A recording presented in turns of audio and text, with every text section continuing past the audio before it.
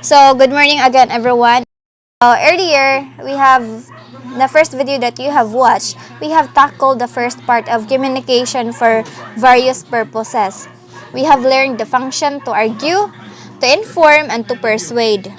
And now, we have here the purposeful uses of communication. And according to Beverly Vicker, we always communicate with purpose each day.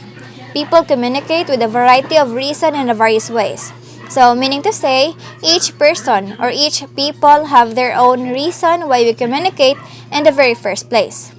It can be a personal reason, it can be an economical reason, or whatever reason it is. But the point here is that always have a reason why communicate.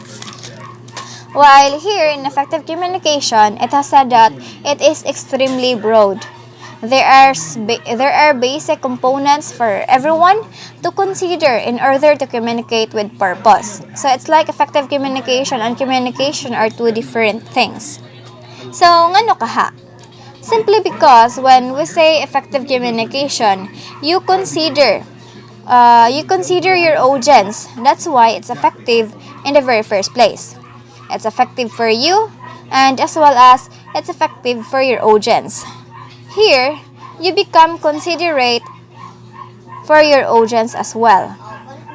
Wherein, you may ask this question, why communicate? What is the reason why we communicate? But then, sometimes, you don't consider your audience, especially their level of knowledge. So, para masabtan, we have here the first one for purposeful uses of communication. As we have, number one, have an objective or your goal. Have a reason or have a main objective why you communicate in the very first place. Is it for yourself? Is it for your audience? You should state your objective before you communicate so that you will have an effective communication. Next is consider your audience. So you must take a moment to assume your audience perspective and reflect upon where your message is relevant to them. So here, you will be checking your audience, being considerate at the same time, especially their level of knowledge, as well as their proof or point of view, because at the end of the day, we have different perspective or opinion. So, dapat kita mag-ingat sa ato mga ipangsulti or must be mindful on the things that we are going to say. So that's why in the purposeful uses of communication, it is very important to consider the perspective of our audiences. Next, we have the level of details. So when we say level of details, consider what level of details is needed for your audience.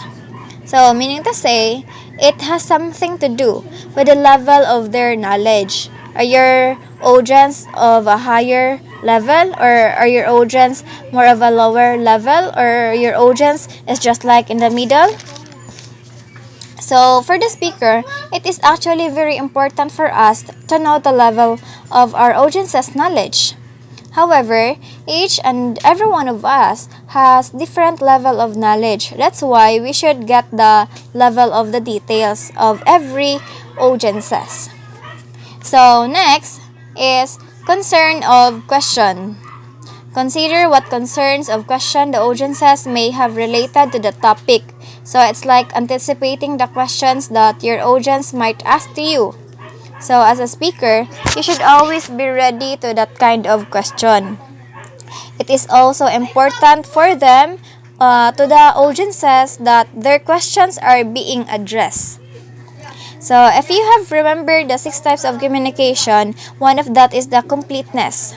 So when we say the completeness, all of the concerns are being addressed. So with that, it completes the communication. Same thing with concerns of questions. Next, we have be clear. Be clear, not only be clear but also at the same time be clear and concise.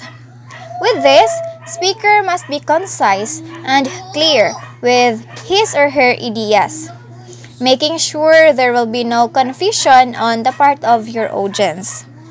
Next, we have the structure of your message. It has something to do with your message or the content having the beginning, the middle part, or at the ending part as well. So, importante sad ning 3 parts sa imong topic for the audiences will have a more direction and will have more understanding towards your content or regarding to your topic.